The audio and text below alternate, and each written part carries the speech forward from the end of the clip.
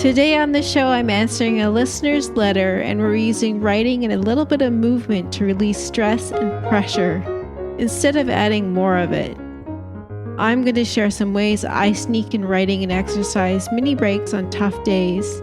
Be sure to stick around for my Tiny Stars body scan meditation at the end. I'm Suzanne Alyssa Andrew, and this is Stardust and Courage, the podcast where we use writing, curiosity, and imagination to see beyond challenges and make life more meaningful. It's mindful writing to go deeper, grow, and imagine. I'm so very glad you're here. Welcome, welcome, welcome. Before we get started, I want to thank you for your gorgeous feedback on episode 10, my interview with novelist Heidi Reimer. There are definitely lots more interviews to come on this podcast, so keep tuning in. And if you haven't listened to episode 10 yet, be sure to play it after this one. It's really inspiring. And thank you for your patience in between episodes lately. I'm taking a special extra certification course ahead of launching an exciting new coaching package this winter, and my time is stretched more than usual. Things will get back to normal soon. This week, we have a very relatable Dear Suzanne letter from Casey in Nova Scotia. Casey writes, Dear Suzanne, I used to have a regular writing practice when I lived in a bigger city, and an active life and a writing group too. Then my dad got sick and I moved back home to help him out. Now I'm isolated, and in between work and caring for my dying dad, I don't have the time or energy to write. When I'm wiped out, I just sit around and watch Netflix, and I hate how sedentary I am. And if I'm not writing, I don't feel like myself. So I feel like a part of me is dying too, like a creative death and a dream death. I love my dad, and I want to be here for him. I wouldn't choose to be anywhere else right now. But is there a way I can start writing again, but with absolutely no pressure and almost no time? To top it all off, I also have anxiety and insomnia, which is making me even more of a mess. I hope you can help. Oh, dear Casey, I'm so sorry you're going through such a tough time. Caring for an ill relative is so hard and requires so much energy. I can totally relate because both of my parents have long-term illnesses right now. And no matter what I'm doing, it feels like part of my brain is with them. There are also lots of ups and downs, so it takes a lot of energy to remain steady through the storms. That doesn't leave a lot of energy left for writing. But as you say, you wouldn't choose to be anywhere else. I love that you're living in integrity and acceptance. That's admirable and so important. I also love that you're aware that the writer in you is wanting to speak and your body wants to move. You could be totally numbed out right now to cope, but you're listening to your longing and to your body. Well done for doing that. I know this isn't an easy time and you feel challenged, and it's hard to write when you're feeling challenged and stressed. I'm going to share 10 easy and effective ways to write and exercise with no pressure and no time that work for me, that you can try. See what resonates for you and see what works for you. I also want to reassure you that moving anywhere is a big adjustment that takes time.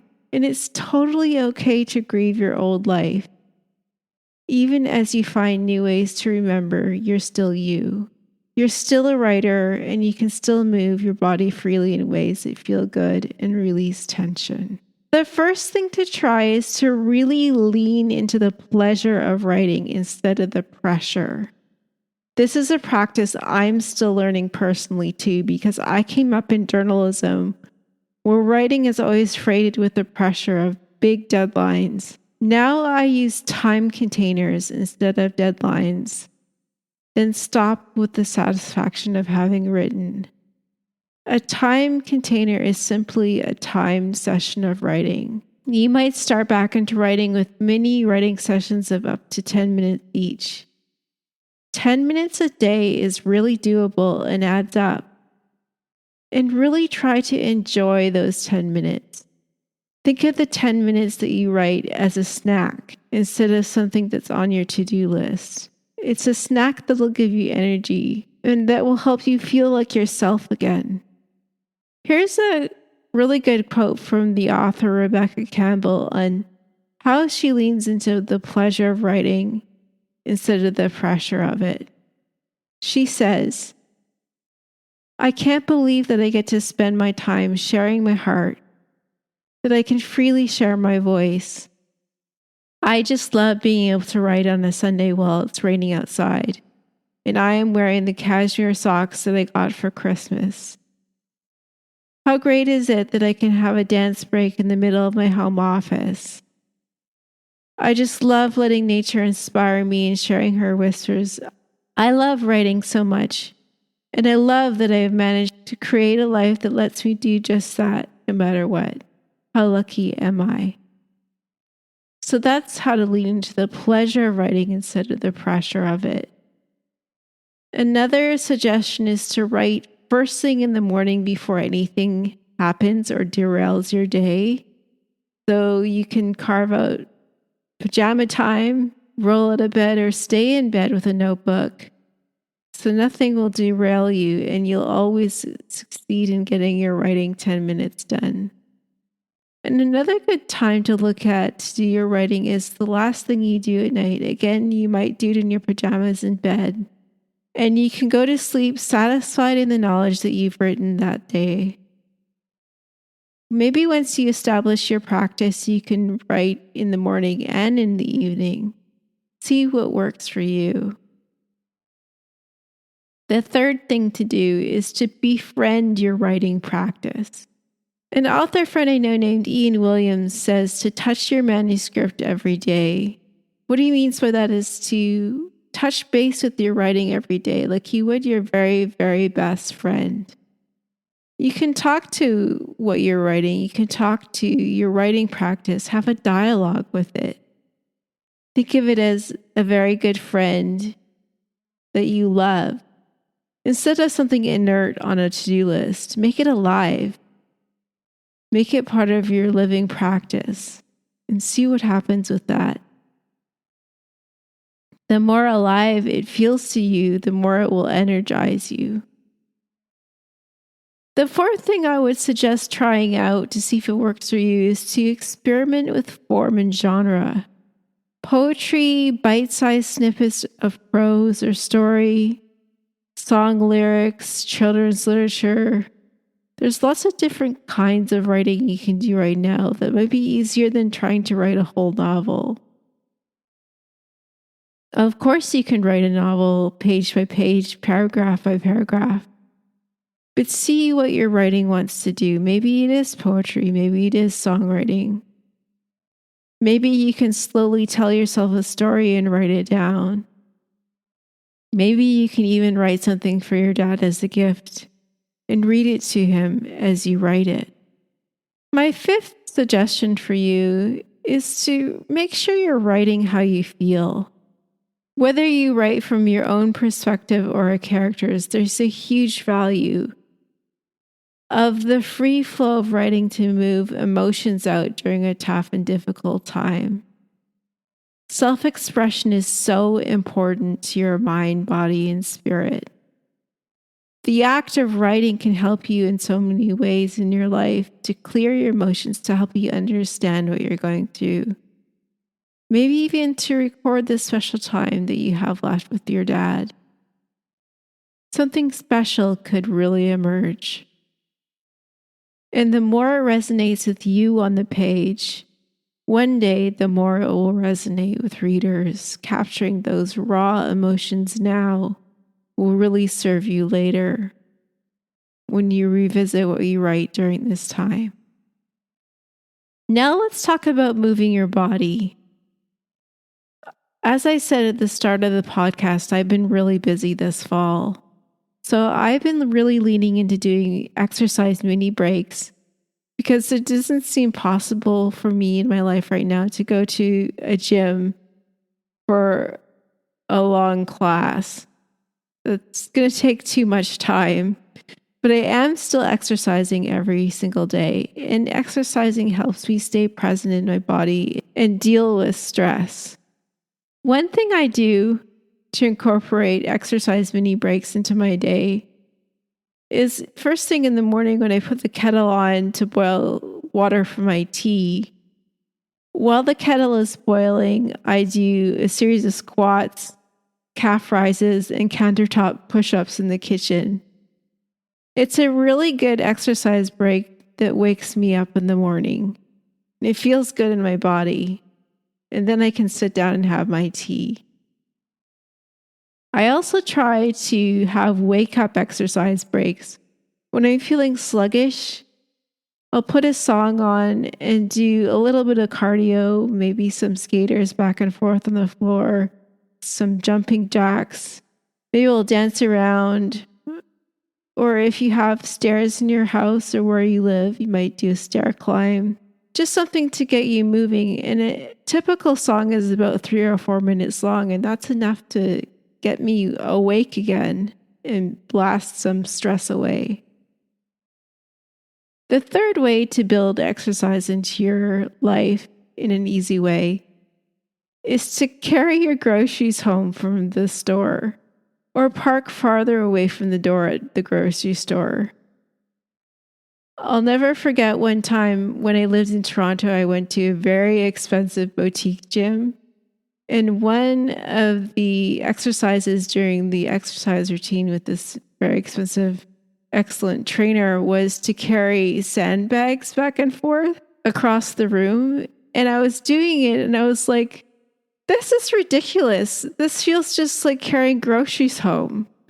And after that, I realized there's a lot we can do in our lives on a regular basis to incorporate exercise instead of paying somebody to get you to carry sandbags across the floor. You can just carry your groceries.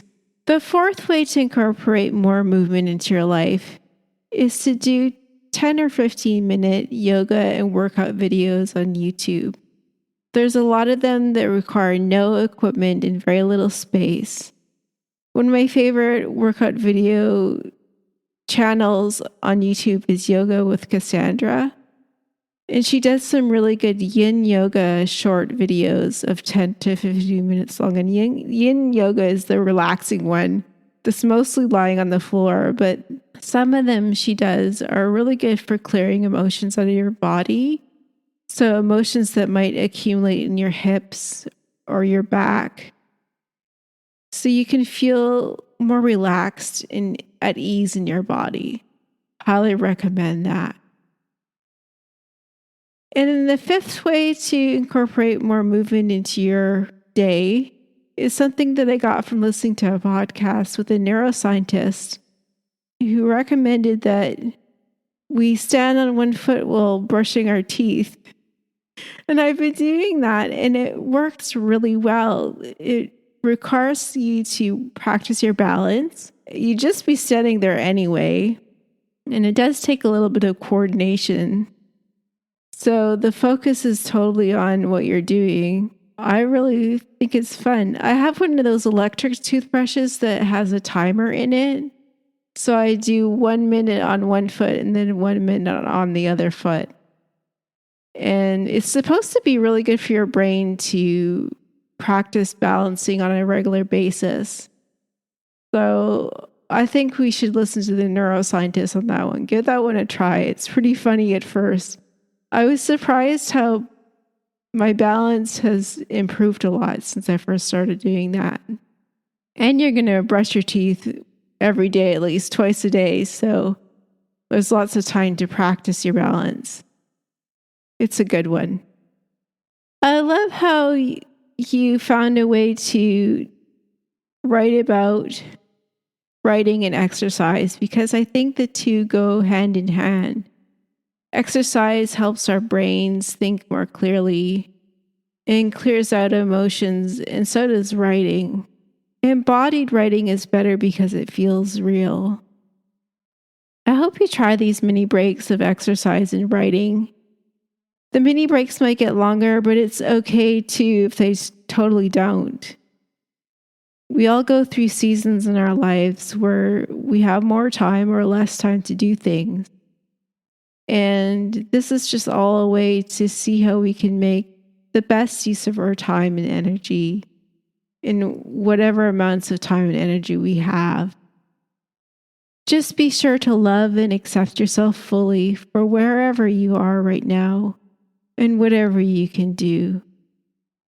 It's all okay. It's all good. The most important thing is to honor and cherish this time with your dad.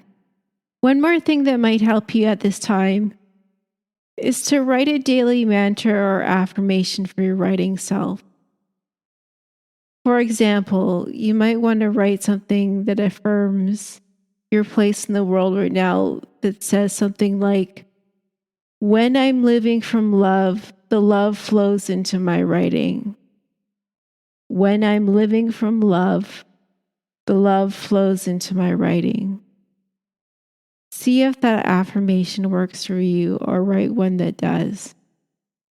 And I would recommend writing your affirmation down and repeating it to yourself for at least 11 days or try for 21 days to see it take more of an effect. An affirmation is just something that makes you remember who you are and what makes you special and what makes you strong and powerful in the world. I find that affirmations really help me, so I recommend you try them. Now, I hope you try the Tiny Stars body scan guided practice that I do every night. Especially if I wake up in the middle of the night and feel stressed out, I just do this guided practice. I say it to myself. And sometimes I fall asleep right away. And sometimes I fall asleep in the middle of doing it. And that's a success too. So I'll guide you through it. And this is an easy one that you can remember and think through whenever you need to fall asleep or relax. Let's begin by becoming present in our bodies in this moment. You can put your worries high up in a big tree on a branch and let the birds look after them. Worries don't need to distract you for the next few minutes. This is your time. Look around you and notice 3 colors. I see a blue curtain, a purple sprig of lavender, and a pink piece of quartz. If you're doing this at nighttime, just keep your eyes closed and imagine 3 colors. Release the tension in your shoulders, neck, and arms. And if it feels right and you're not driving, give yourself a hug. Now soften or close your eyes. Slow your breathing gently in and out. Now we're going to breathe up the chakras. Imagine that you're breathing into your root chakra at the base of your spine 3 times.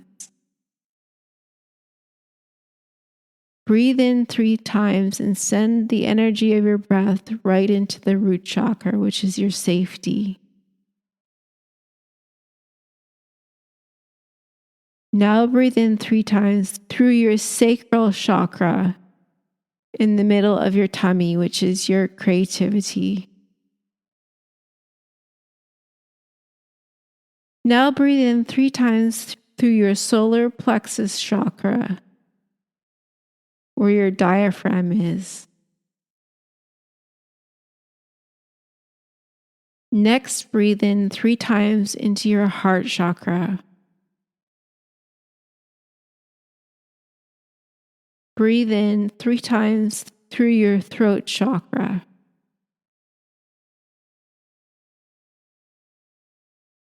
Breathe in 3 times through your third eye chakra in the middle of your forehead. Finally, breathe in 3 times through your crown chakra at the top of your head.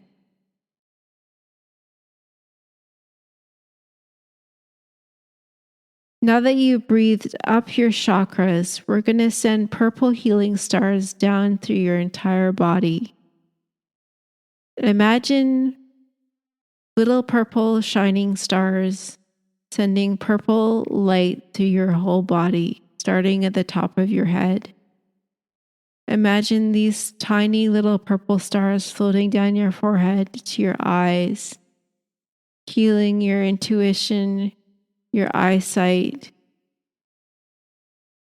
Send the purple stars into your ears, into your nose, into your mouth, down your chin, across your jaw, relaxing your jaw. Send the purple stars glittering down your neck and shoulders to relax your neck and shoulders. Send the purple stars sparkling down your arms, all the way to the ends of your fingers. Relaxing your arms all the way to the ends of your fingers. Send the purple stars down from your throat, across your chest, down your sternum, into your belly, relaxing your entire trunk of your body. Send your purple stars all the way down your back to the base of your spine. Send the purple stars down your left side and down your right side. Relax the whole trunk of your body. Now send the purple stars from your hips down to your knees. And then send the purple stars from your knees to your ankles. Finally, send the purple stars from your ankles to the tips of your toes. And then out from the tips of your toes and into the air. Feel the energy of the purple stars flowing all the way through your body and relaxing you. Imagine your whole body glowing with purple starry light. When you're ready, come back into the room and give yourself another hug. I hope that's relaxing for you. Try to remember to do it when you can't sleep. And remember, if you fall asleep before you finish, you've succeeded. Also remember, you can always find your way back to creative flow when you go gentle and slow. Creativity is always here for you. You are and always will be a writer, no matter what happens in life, no matter what season you're in. Thank you, Casey, for such a wonderful question. Thanks to everyone for listening. If you like this podcast, be sure to share it with a friend. And a reminder that this is a really good time of year to do my course, The Sparkle Technique. It's a guided meditation and imagination reviving course. You can find the details on my website at suzanneandrew.com. If you want to ask a question, I want to hear from you. Hop on over to my website and fill out the Dear Suzanne form on the podcast page. The link is in the show notes. Sending you stardust and courage. Until next time, be well.